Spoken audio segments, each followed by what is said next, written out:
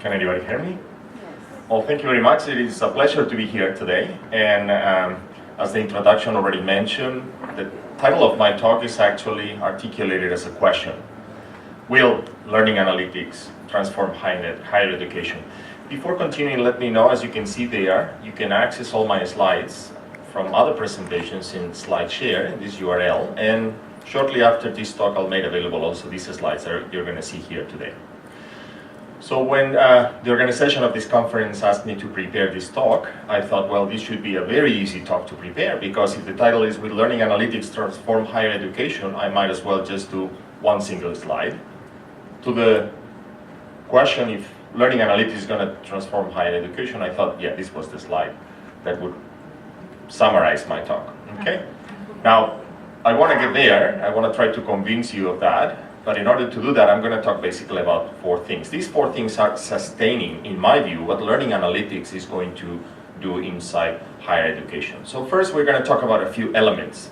Learning analytics, the way I perceive it, is a little bit of a complex topic, and we need to analyze first these elements to see how we can combine them. Then we're going to talk about the actors, and I'm going to touch back on what I mentioned to you before. Are we talking for the students, for management? Who are we talking to? And these actors will change significantly the way we articulate the problem. Then I'm finally going to go a little bit farther down, and I'm going to argue that we're looking at here is the need for a cultural change. We need to change the culture in our institutions when we talk about data. And finally, I'm going to give you 3 scenarios very quickly. The purpose is to give you a bit of a provocation to think about it, not so much explain details. I'll be more than happy to talk to you after the talk. All right, let's start about the elements. What kind of elements do we have to put in the table when we talk about learning analytics? Well, clearly, there are certain elements that are conventional ones and some others that are a bit more specific. Conventional ones, first of all, any other project you can think of, you have to think about the stakeholders. So who is important here? And I'm going to talk a little bit about that. Then, data sources, and this is typically the first thing that comes to our mind. Oh, learning analytics is about collecting data, and there are a lot of companies out there doing that for other contexts. Google, Amazon. When you buy something in Amazon, you get recommended something else, and you know that is because they are tracking your shopping behaviors, and they are able to somehow decide what would be most likely that you buy next. So we are already used to this context of collecting data, but this is just one of these 4 pieces of the puzzle. I would like also to talk about the type of analysis we can perform in educational institutions, and by analysis I mean algorithms. And finally, and this is the most important perhaps, the actions that are derived from that. Let's touch all these 4 elements. The stakeholders. Let's think for a second who is important in this overall project. And I want you to think of learning analytics as a very wide context with a lot of very differentiated stakeholders. And I put these 5 there. First one, of course, students. Students should be one of the stakeholders that we need to pay attention to. Learning analytics will allow us to collect a lot of data, but then we have to go back and talk to the students. These are the usual ones. The first ones that come to our mind, students. And the other one is typically instructors and institutional management. These are the 3 usual ones. We're going to collect data so that the management in my institution can make decisions, or they can help, I can help the process of them making decisions with the help of data. But the same applies for instructors and the same applies for students. And I took the liberty of throwing 2 more in here, policymakers and parents, just to give you an idea of the breadth of the potential. In higher education, perhaps parents is not very much relevant, but it's my way to tell you that if you go to K through 12, there is also opportunity to use data to help parents over that process. Perhaps not in the case of higher education, but that's okay. But definitely, we have to keep in mind that data can be also used to shape policy at the level of government institutions. So I want you to think in terms of these very generic terms. We are going to be collecting a lot of data from a lot of different sources that I'm going to explain a little bit about, but our stakeholders are these very wide variety of targets. Usually the way we talk about learning analytics is when we select one of these targets as the audience. If we talk about the teacher or we talk about the students, we usually, in the literature, you'll find the concept learning analytics. Whereas if we go above in the level of organization and we talk about institutional decisions or even nationwide policies, typically we find another topic or another term which is named academic analytics. But this shouldn't confuse you. It's still the same. At a certain level, the objective is the same. Let's collect a lot of data so that we can have some support for my decision-making process. Okay? It's just that we're going to have to be working at different layers, talking to different institutions. Okay, so once we know the stakeholders, once we know that we are talking to a wide variety of people, how about data sources? And this is the paradox for education. Back in the early 2000s, companies like Google or Amazon, they realized they were beginning to collect data. And they realized that that data was very important and it was crucial to make decisions. The paradox with educational institutions is that we are already collecting data. We collect data from a long time ago. As a matter of fact, we probably have much more data than what people think, because when we receive our students, we typically ask them about a lot of information. Not only what kind of courses are you going to take next year, but typically where did you come from, what kind of high school, what are your previous scores, socioeconomic status. We do have a lot of data. So the challenge is not so much collecting data. The challenge is combining data sources. So one of the first difficulties we have here is how do we combine very difficult data sources? Depending on who you ask, some people might tell you, well, the learning management system is actually collecting all the data for you. It is not. It is collecting only a partial vision of the system. It will tell you if the students are engaged with your assessments. It will tell you if they come to class. It might tell you if they are watching the videos. It might tell you if they submit their assignments. But again, this is only a portion, and that portion will be relevant for certain stakeholders much more than for others. So this is where things are beginning to get highly complex. We have different type of audience, different type of stakeholders, and a wide variety of data sources, and they keep increasing. The third element is the algorithms. So once we know who are we going to talk to, or who are we going to support in the decision-making process, and once we know the data sources we have in our institution, what do we do with them? And here, the variety of potential tools and algorithms to process that data, it's very wide.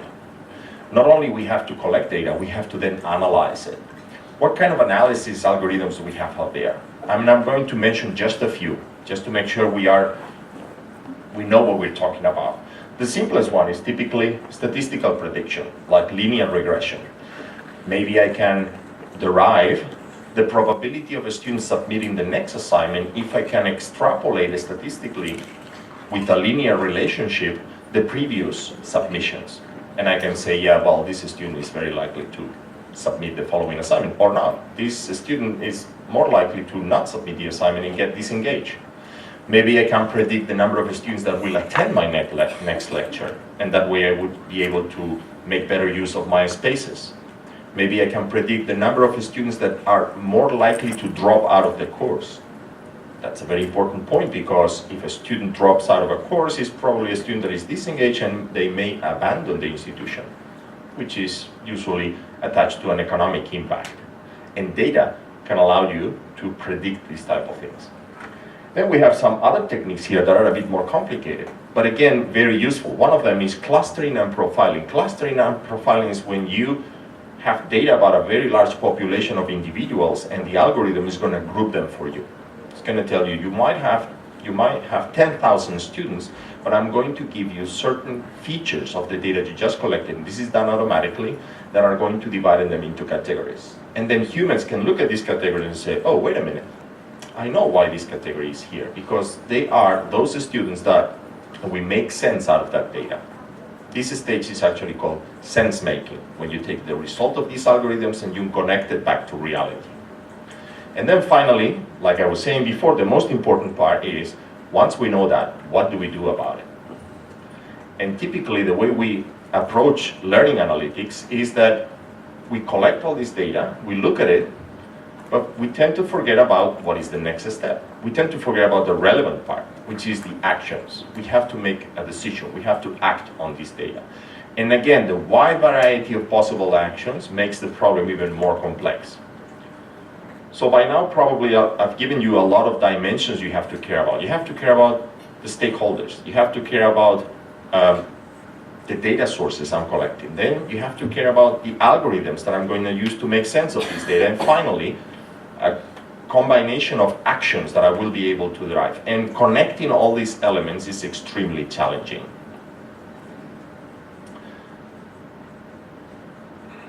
I seem to have problems here again. Okay, here we go. So one way to approach this could be the following. When you go back to your institution, you look at this problem from a different point of view, saying, okay, if I have all these dimensions here, let me fill out very quickly a matrix. This is a matrix that I'm proposing here as a potential instrument for you to start figuring out what is your surrounding environment. Once you have identified the stakeholders, maybe your institution is much more involved with one of these categories than others. Then you can go and start filling out the data sources available in your institution, make a data inventory that will allow you to say, oh, guess what? Student services are collecting data about certain aspects of the students that might be very useful because maybe the instructor could take benefit from that. Then you have to analyze, or you have to anticipate the type of data analysis that better suits your scenario. And in there you have to explore all these options that I mentioned before and select what type of information is much more useful to you. In other words, you have to anticipate the sense-making phase. And finally, in your institution, it's very likely you will be much more inclined towards certain actions than others. And that's when you have to piece everything together. When doing these type of exercises with some other institutions we engage with, we begin to detect deficiencies or weaknesses or aspects that we didn't think of or aspects that we could have some impact, we're not quite there yet. So this is my suggestion to you, to start exploring the landscape and detecting what is your position in this space. Let's talk about the actors. So suppose you are now in your institution, you think a little bit the type of idea you have to deploy learning analytics. Who do I have to talk to in my institution? Well, the first one obvious that comes to mind is the information and communication technology infrastructure. When we approach an institution that wants to enter the space of learning analytics, the first group we usually talk to is the technology group. And this technology group is very excited because they say, well, you need data. This data we are collecting, this institution may even have some enterprise data warehousing or not. And therefore, we might suggest that's at a first step. So you need to collect all the data in a single point so that then you can apply all these analysis and detect these actions. But that requires infrastructure, and this enterprise data warehousing would be our first suggestion. But this group, the technology group, has also to think about security and privacy. It's their responsibility in part. And of course, they have to think about all these issues, and this is one point of friction that we encounter very often, not from the system point of view, from the student point of view. So when we engage with ICT departments, they say, okay, yes, there is a lot of technology that is going to support that, but it needs to be conceived from the point of view of the student. If we do it system-oriented, it won't work. And the second piece of bad news we usually talk to when we approach this department is that it's not about them. They do not own the process, and this is the point of friction. It is not about ICT infrastructure. There are other actors that are equally important. The other unit that is very likely to provide you a lot of information is the student services. When you approach student services, now the context changes. You're talking to different people, very relevant actors. They have not such a good idea about technology, but they do know about the type of data they are collecting. So you see where the problem is beginning to emerge. You have to have these groups talking to each other. You have to have both of them having a common vision. Technology has to know what they have to provide, but student services will tell you they are collecting a lot of information. They probably know about a lot of aspects of the student life that are relevant. And the third one that comes into the picture is the learning and teaching units. These are the ones that know what happens when students are learning. These are, in some institutions, these are the ones that are in charge of designing the learning experiences. Very important third piece of the puzzle, very important set of actors. So as you can see, you can picture this meeting in which you have people from these three units. None of them owns the process. None of them will be the most important one. All of them have to be responsible for this. And this is where learning analytics is very challenging, because you have to convince ICT people that their infrastructure is very important, but they have to talk to student services to see what kind of data is relevant, and of course you have to connect it to pedagogy, so learning and teaching units will have something to say. And all of them have to work together. What is the main conclusion? You need leadership. And this is perhaps the most delicate ingredient. These three units will not collaborate with each other spontaneously. There has to be a vision, and this vision has to be an institutional vision. Leadership has to have a clear idea or a clear belief that data collection will help support decision making at different levels, and these units have to talk to each other and solve all these issues, plus some others that I didn't mention. Which leads me to my next point. We're not talking simply to, oh yes, we do have data, we'll organize it, we'll throw some algorithms and create some actions. What we're talking about is a cultural change. We need to be able to articulate this type of unit, where leadership is fostering the appearance of this collaboration. In some institutions, they even came up with some new profiles that they call the data wranglers. Data wranglers are people, the way they are defined in this reference down here, that they are specialized in the connection between these three units. These will be people that are able to manipulate data, they are able to approach ICT and talk technical stuff, they are able to approach student services and ask them for the relevant data and understand that, and they will be able also to approach learning and teaching unit to connect it with pedagogy. So in some institutions, the complexity of the program this problem is so big that they're beginning to identify the type of skills that these data wranglers will have as part of this multidisciplinary group. There's been some studies proposing how to mature this culture, how to mature this model. And we start by very basic levels here, in which the institution is simply aware through basic reports. And then there is a trajectory in which the institutions are increasing the maturity when they use data. They go from basic reports to drill down reports and experimentation, then they deployed, and they go back to students, faculty, organization, the entire organization, and then finally they begin to articulate a solid transformation. These are models that are already out there present, and I invite you to take a look at it to give you an idea of the complexity, but also of suggestions on how to articulate that cultural shift. What is the reality? The reality is that we're having a slow speed of adoption. So if your institution is struggling with these issues, it's normal.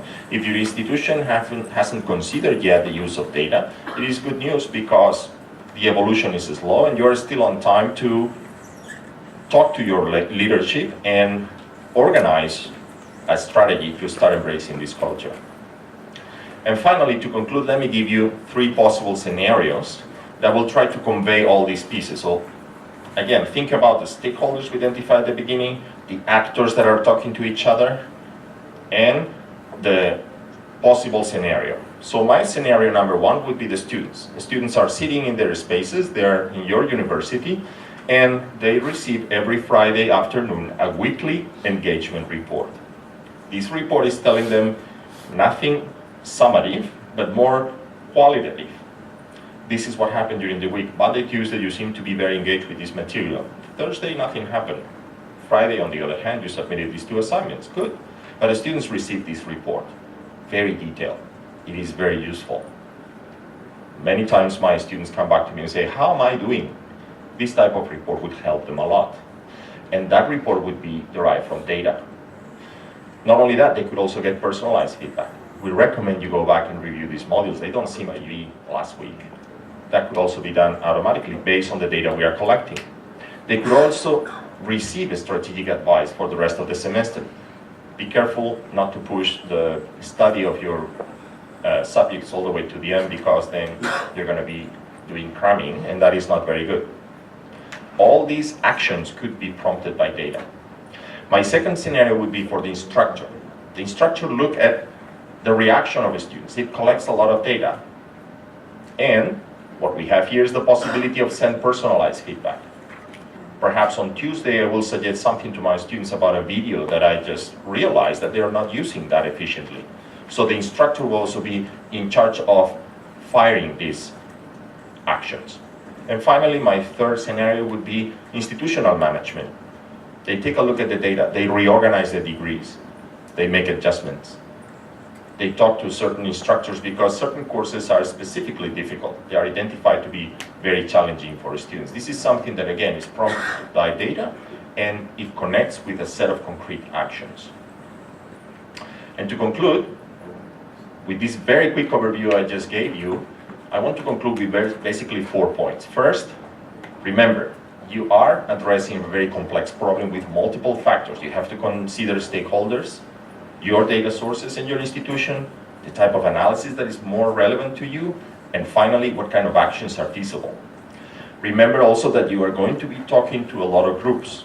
This is truly multidisciplinary work, something that we all like, but it's very difficult to implement, and there will be friction within your institution. You have to identify these groups. Third, it is very important that the institution is convinced at a strategic level. Leadership buy-in is fundamental. And finally, these models are maturing slowly. We're not going to be talking about most of the universities using learning analytics by 2016. It will probably take us longer to get there. But it's still a fairly promising field, and I believe, going back to my initial question, that yes, learning analytics will transform higher education.